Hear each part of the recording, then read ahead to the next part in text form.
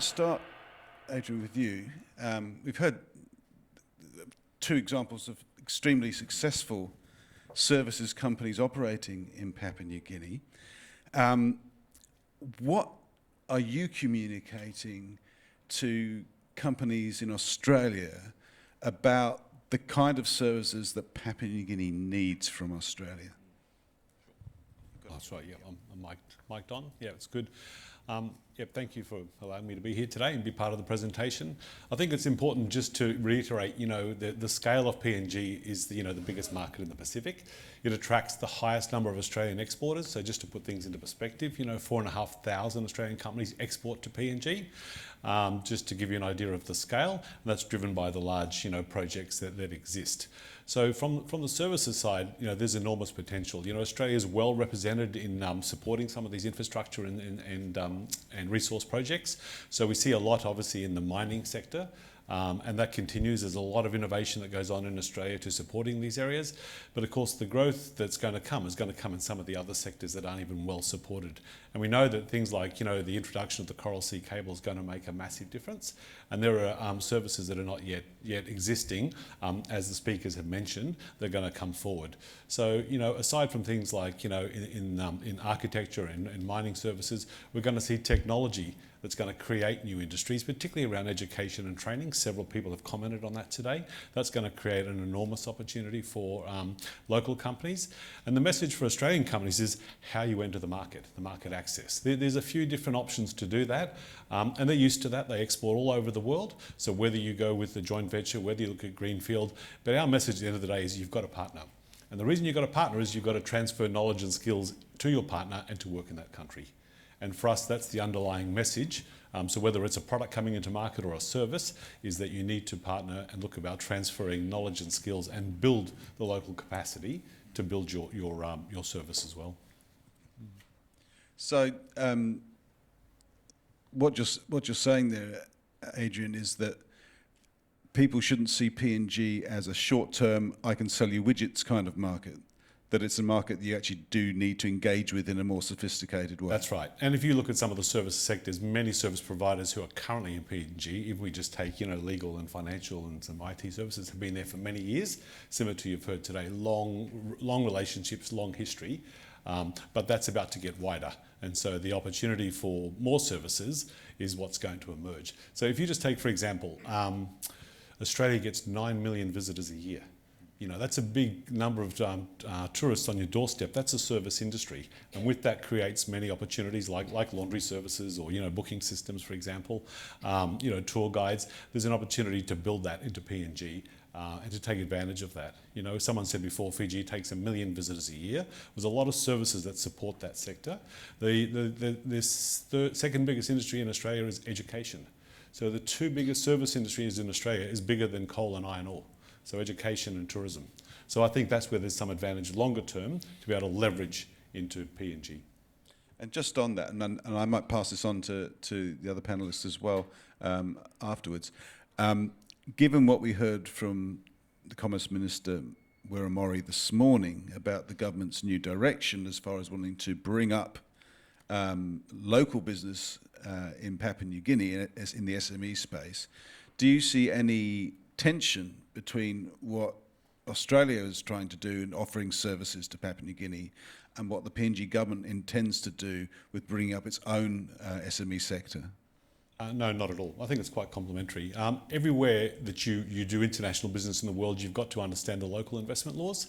So whether that's Taiwan or whether that's US or whether that's PNG or Fiji, and that's what you have to work with. Same as anybody who wants to invest in Australia, they're very welcome to invest, but you've got to follow the local investment laws. So you can be an Indian investor, but you can't bring your workers, for example. So you've got to use local content. So we have those same sorts of models and same sort of investment guidelines are provided, and Australians are very used to that. So working with those investment laws is about respect for that country.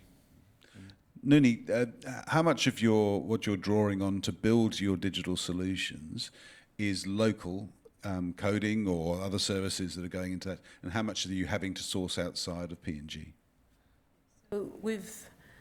So a lot of the development and in this space particularly does require that level of technical skill set and which is something that while I do believe our ICT space is developing at this stage, as a bank we still have to outsource a couple of those capabilities, the technical skill set at this moment. We are looking internally if there is an opportunity. However, that's an area of focus that is lacking at the moment, I would say, for providing the type of technology perhaps that the banking industry perhaps is looking at. Zanie, what about your space? Where are there the smaller lying SMEs available for the services that you require as a business, or do you see yourselves working with them in the future? We see ourselves working with them in the future. In fact, we've developed a specific strategy around that, is working for them and with them. As far as we're concerned, we want to reduce our own reliance on outsourcing and trying to bring as much in-country as we can. And in line with what some of the other speakers said, we are trying to focus going forward on non-mining or reduce reliance on that, even though we've got a very large footprint in the mining community. So that's where we see with the SMEs that it's going to be that two-way relationship. And where do you, as far as your clients are concerned, where do you see them hurting as far as lack of services in PNG, where maybe there's a need for services that aren't available locally?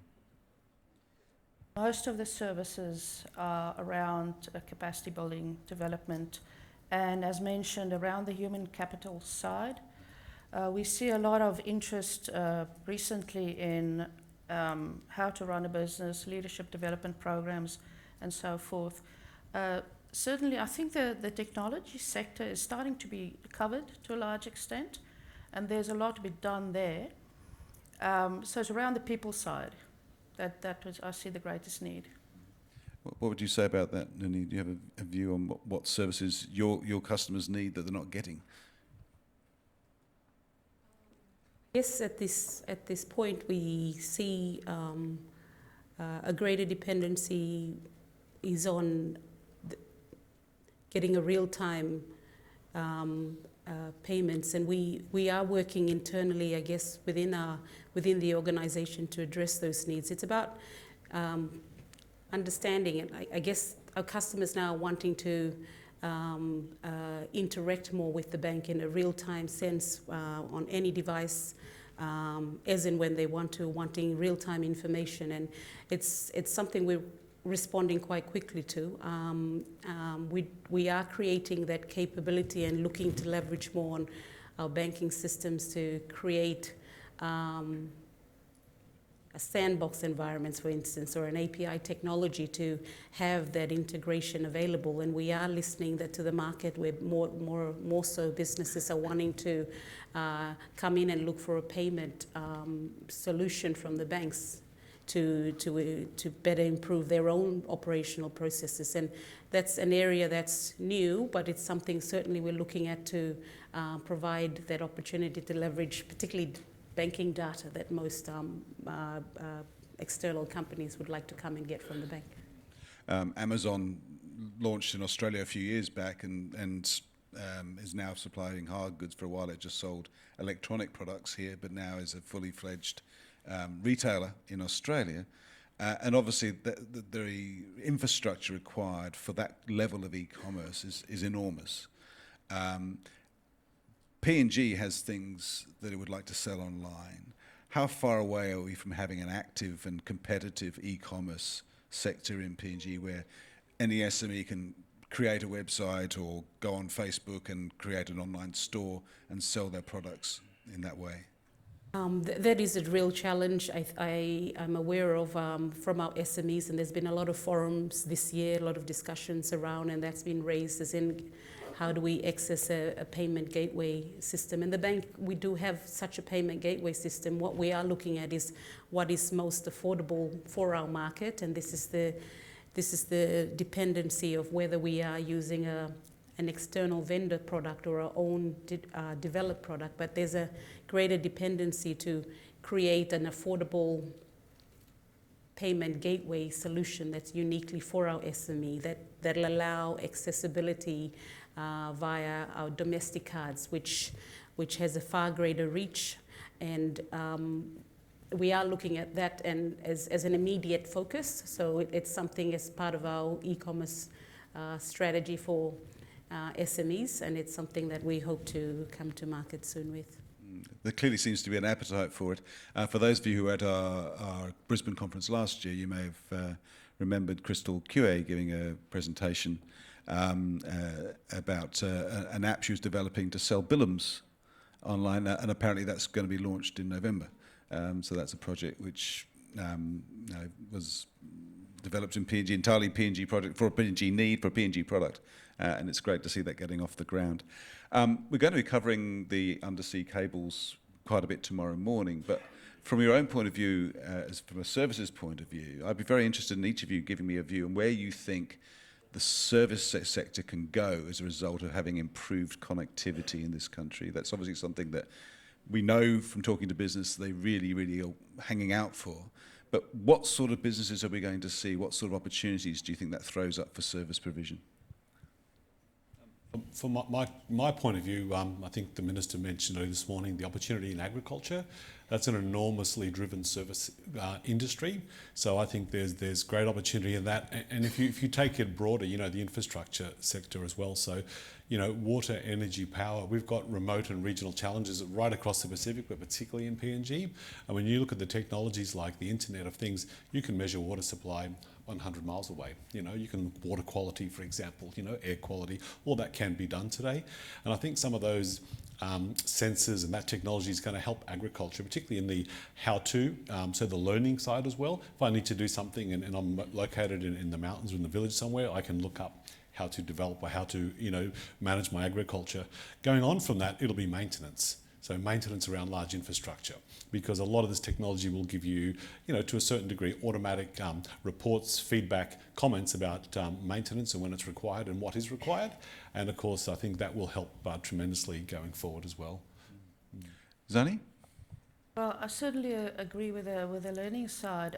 In our own sector, our own platform, from the end of the year, the plan is to host our entire platform in Australia with our parent firm, which means that with a faster speed, we are then we then have the opportunity to access many products that would service a lot of our clients. And one thing that comes to mind is more automated tax returns.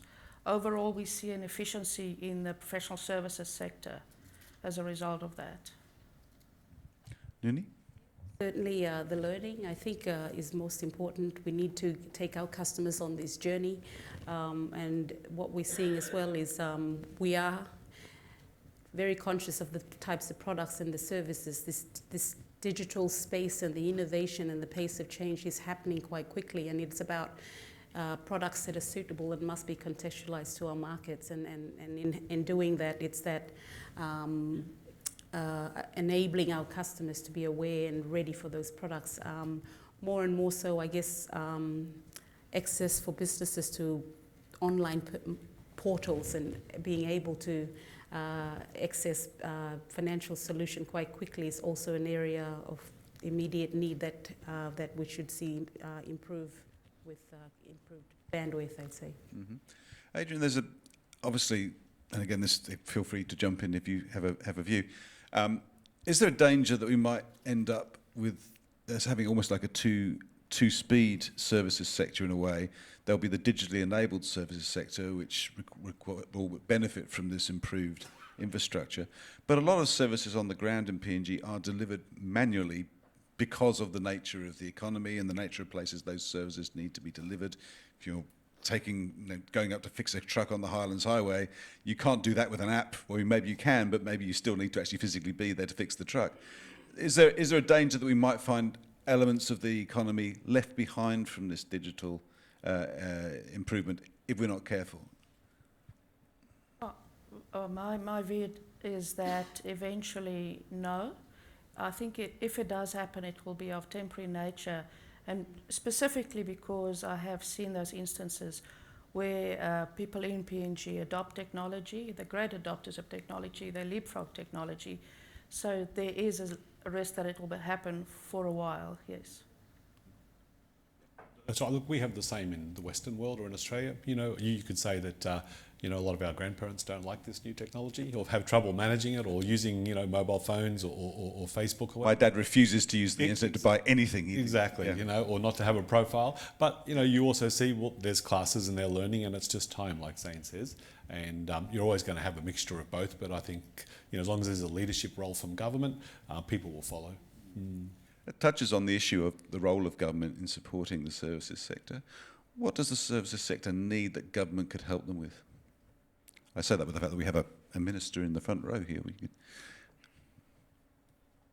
Well, in our service, it's around a commitment to improving quality standards, looking at the accounting legislation that's been a draft for the last 10 years, and monitoring and compliance, and perhaps the creation of a body